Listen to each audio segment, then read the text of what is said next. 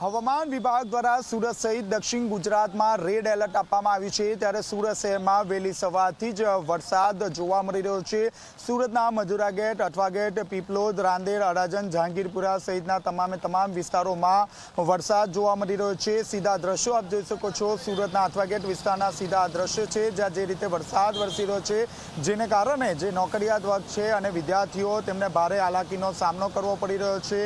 આ ઉપરાંત વાત કરીએ તો જે રીતે દક્ષિણ ગુજરાતમાં રેડ એલર્ટ આપવામાં આવ્યું છે, જેને લઈને સુરતના ખાસ કરીને વલસાડમાં પૂર જેવી પરિસ્થિતિનું નિર્માણ થયું છે। વલસાડમાં 2 કલાકની અંદર 6 ઇંચ જેટલો વરસાદ ખાબક્યો છે, જેને કારણે જ્યાં અને ત્યાં જળબંબાકારની પરિસ્થિતિનું નિર્માણ થયું છે। હાલમાં પણ ખાસ કરીને જે રીતે વરસાદ વરસી રહ્યો છે, ત્યારબાદ ખેડૂતોમાં ખુશીની લહેર જોવા મળી રહી છે। ખાસ કરીને ઊભો પાક જે છે તે તૈયાર થઈ ગયો છે અને ઊભા પાકને પાણીની તાતી જરૂરિયાત હોય છે, ત્યારે જે રીતે વરસાદ વરસી રહ્યો છે, પાણીની જરૂરિયાત પૂર્ણ થઈ જતા ખેડૂતોમાં ખુશીની લહેર જોવા મળી રહી છે। બીજી તરફ વાત કરીએ તો ઉપરવાસમાં પણ જે રીતે ધોધમાર વરસાદ વરસી રહ્યો છે, જેને કારણે ઉકાઈ ડેમની સપાટી સતત વધી રહી છે।